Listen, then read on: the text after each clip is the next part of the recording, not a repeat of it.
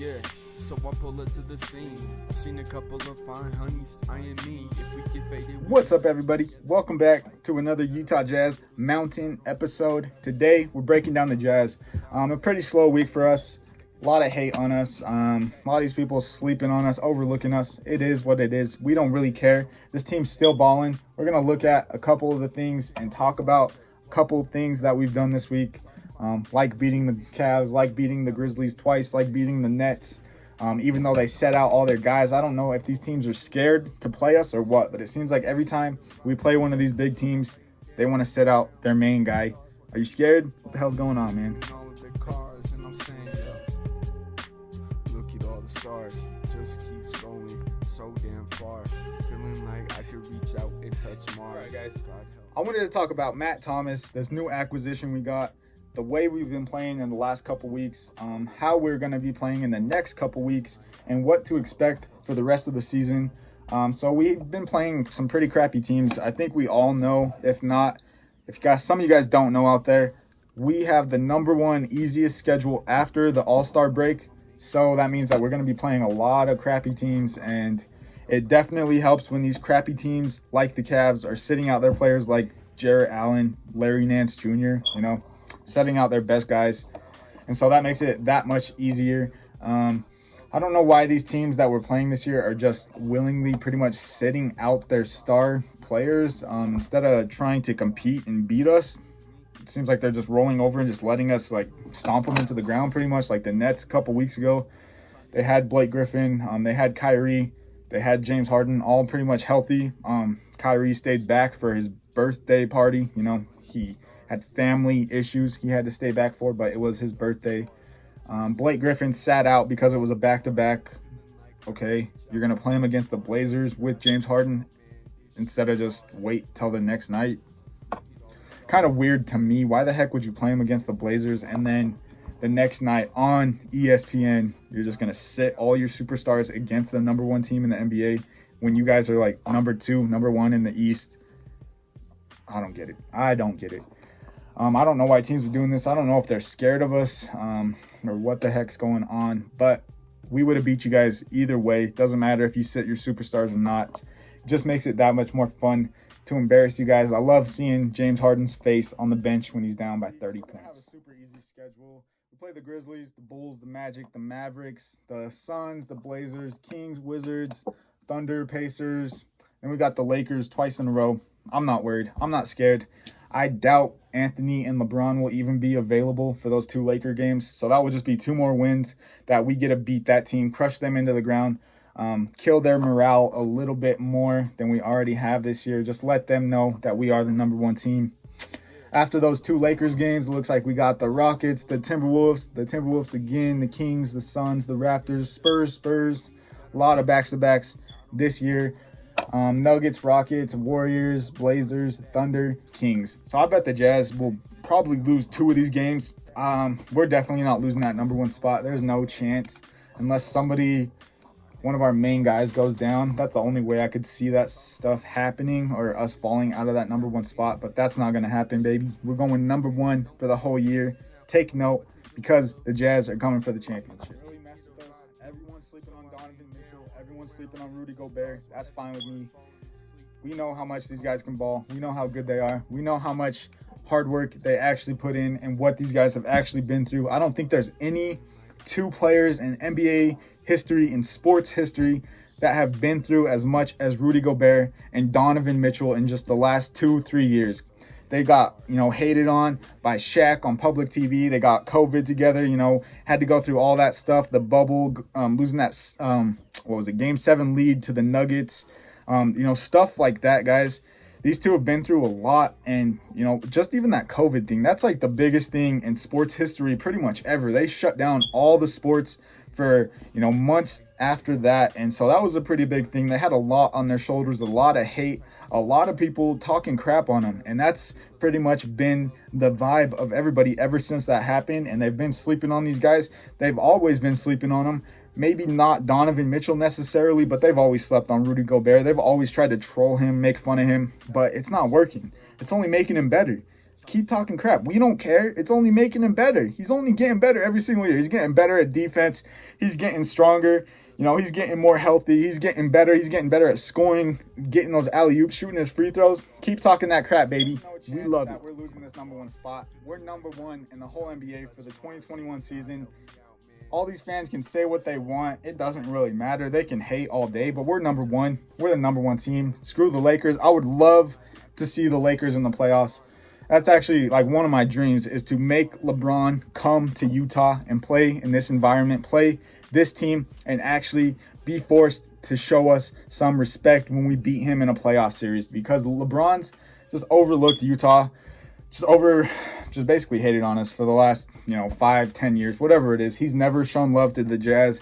Even just a couple weeks ago at the All-Star draft, when he was saying that nobody would ever pick the Jazz in a video game, like, what the heck does that even mean, LeBron? Nobody would ever pick the Cavs either.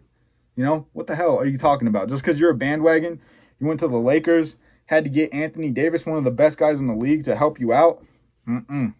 Not working, buddy. I'm picking the Jazz every time I play NBA. To play LeBron in some NBA 2K, NBA Jam, and kick his butt with the Jazz, with John Stockton, with Karl Malone, with Donovan Mitchell, with Rudy Gobert. I want to play him in some NBA 2K Blacktop. He can be himself. I'll be Rudy Gobert, one-on-one. Let's go, baby. I'm ready, LeBron. Come at me.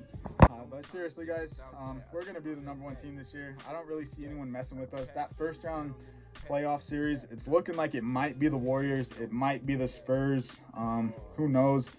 Potentially the Nuggets. I doubt it, though, since they just got Aaron Gordon. That was a good pickup for them. But he's kind of inconsistent, so that just plays along really well with Jamal Murray and Jokic. Jokic's not really inconsistent per se, because he's having an MVP year this year. But he's not that consistent as a shooter, and his confidence is not always there as a player either, it doesn't seem like. So Aaron Gordon will fit into that perfectly. It doesn't really worry me too much because Aaron Gordon is just so off and on. I don't know what will happen. Yeah, he's athletic. Yeah, he can score sometimes, but we'll see what happens. I'm not worried about it. The only thing that kind of worries me about that whole situation is they just got another big guy, another buff dude that can push Bogey right out of the way, can push Ingles right out of the way, can rebound. And that's one thing the Jazz are lacking. If you guys watch my trade deadline prediction video, we need a guy at the 4 position that can, guard Zion Williamson, can guard Blake Griffin, can guard Anthony Davis, can guard Aaron Gordon, can guard Jokic. All these guys like that. We need a bigger power forward, small forward, whatever it is, whether that's, I don't know, Kelly Oubre. That was one name I threw in the trade deadline predictions, but it's not necessarily the best fit. It's just one of those names out there. You need an athletic guy that can go and guard and cause some disruption on these players like LeBron, like Giannis, like Anthony, like Kevin Durant, like all these guys that make it so hard to guard them because of their bodies, the way they're shaped, the size they are, how big they are, how strong they are, stuff like that. And the Jazz are kind of, they have a lot of guys that are just, white nerdy dudes that would be an office worker otherwise, so like Bogey, like Joe Ingles, like George Niang, they're not really, I don't know how often they're in the workout room and stuff like that, but it doesn't seem like they're in there obviously as much as Zion Williamson. Somebody like Jarrell Brantley off our bench, I think would be a pretty good defender on some people like that, just because he's a little athletic. He's got some speed on him. He can keep up with people. I don't know if you guys seen him in that game last year against the San Antonio Spurs towards the end of the year, but he completely shut down DeMar DeRozan in that game pretty much, and it was one of our last games. But I was super hyped on Jarrell Brantley. I was expecting him to have a big year for us. I was expecting him to be a big player in this NBA. Not really panning out, but we'll see what happens with him. I wish the Jazz would give him some minutes, give him a chance. I like him more than Juwan Morgan, but I don't know. We'll see what happens with that. There's no chance I see us losing that #1 spot unless somebody goes down, but that's not going to happen. We're #1. Just accept it. Just feel all the amazing feelings that come with that. Get ready for us to head to the championship. It's going to be a good matchup between us and the Brooklyn Nets. It's going to be a hard guard, but Donovan Mitchell has a lot on his shoulders. He's a clutch player. Mike Conley has a lot on his shoulders. He has a lot to prove. He has a lot that he's been overlooked in his career. Donovan Mitchell has a lot already that he's been overlooked in his career. Same with Rudy Gobert. Same with Jordan Clarkson. Same with Joe Ingles. Same with Derek Favors. Same with whoever else. Georges Niang, Matt Thomas now. All these guys, they've been overlooked. They got chips on their shoulders.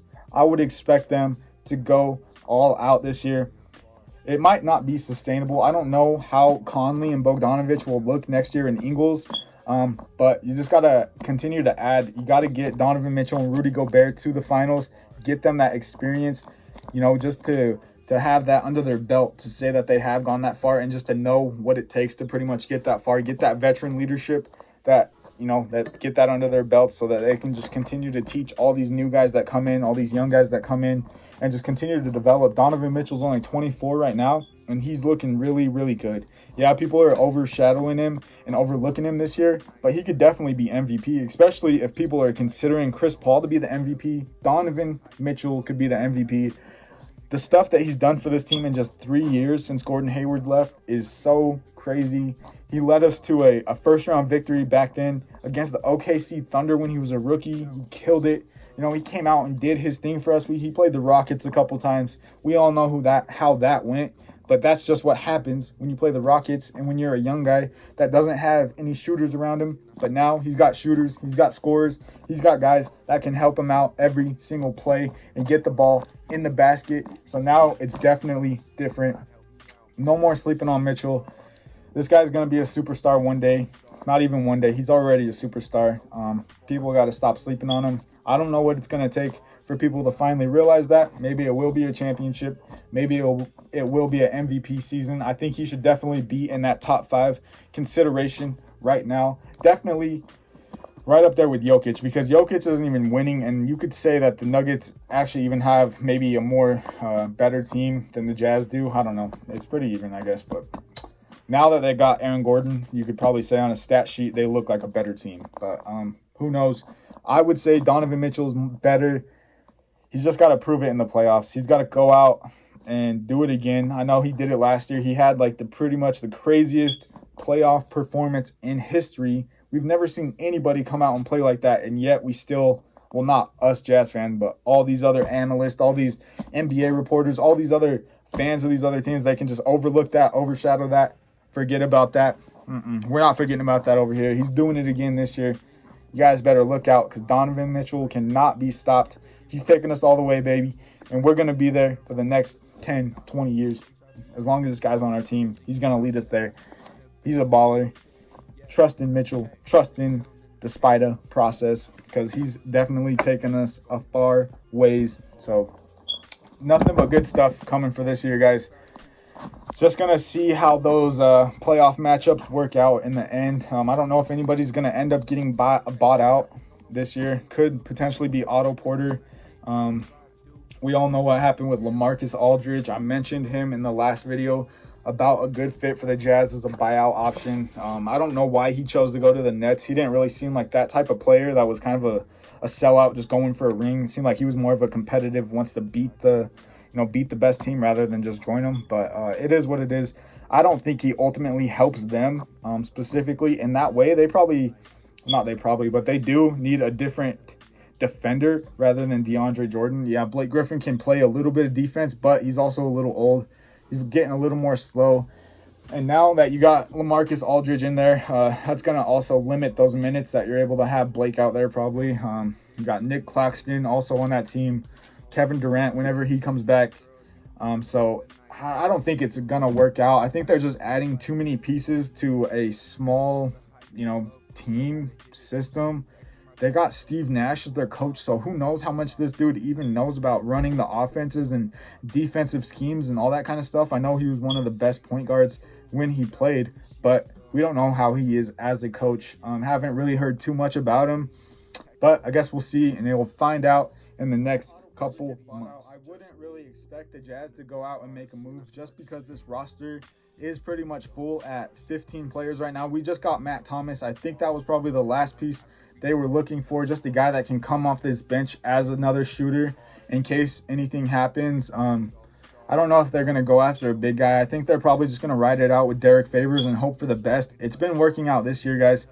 well, it hasn't been necessarily working out in the best way possible, but we're winning, and that's all that matters. We're number one team. That's all that matters. And if that's working, then just ride that out and see where that can take you. And that's what the Jazz are doing. So we'll see where Favors can take us. We'll see where Bogdanovic can take us. We'll see how they can play for the rest of the year. Yeah, they've been struggling a little bit, but they have a chance to redeem themselves, and they have a chance to help us get really far this year, since neither of them were with us last year and didn't have that chance to come in and help us out like Favors and Bogdanovic. So now this year they can definitely provide for us in the playoffs and see what they can bring. They say they want to win like Derek Favors, so we'll see how much he really wants to win when it comes playoff time. I would bet on this team. It's just about the matchups, like I said, but I'm not really too worried about the Lakers. I'm not really too worried about the Clippers, just because their new lineup that they got. I don't think it was a great move for them to trade Lou Williams for Rajon Rondo. They lost a little bit of scoring doing that. They don't really have a great low post like the Jazz, so they don't have anyone that can guard Favors or stop Gobert. I know Ibaka's okay, but he's not at that level, so I'm not too worried about the rest of the year. The Suns, not too worried about them. It seems like a fluke a little bit. I know Chris Paul's kind of good and Jay Crowder is good. He provides stuff for them. Mikal Bridges has been good for them. Who else? DeAndre Ayton's been good for them, but I'm not really seeing them being too great. I'm not even that high on DeAndre Ayton in the first place. I think it's kind of a fluke that they're even at the second seed right now, but we'll see what happens, guys. I definitely think that we'll probably beat out all these teams in the West. Not really seeing too much competition, too many problems. I think it's going to be a bright couple weeks for the Jazz because we're going to keep winning. We're playing all these crappy teams, so I think we're just going to win out, maybe lose 2 or 3 games at the most, but I'd expect a super great season from here on out from the Jazz. Quinn Snyder, Coach of the Year award. Let's just hope that Donovan Mitchell can continue to ball out like he's been doing this week and put himself in that MVP consideration, contest, race, and then hopefully he can be the next MVP of this league because he deserves it. He's been playing really well this year. He has a lot on his shoulders, has a lot of people sleeping on him, a lot of people talking crap on him. So he's came out. He's definitely proved a lot since the playoffs last year. And so you got to put him in that conversation. But the Jazz has got to keep winning. He's got to keep balling out, and we'll start getting that recognition eventually. But just got to take time. Just got to keep balling, be consistent with it, and it will definitely happen in the future. Today, guys, that's the video. If you guys liked it, you can go follow me under Instagram under Utah Jazz Mountain. I post a lot of edits on that page, but in the future, I'm going to be expanding it to news stuff, to rumors, to predictions, to live updates and scores and stuff like that. You can also follow my Twitter channel, Twitter page under UT Jazz Mountain. Yeah, that's it for today, guys. Peace.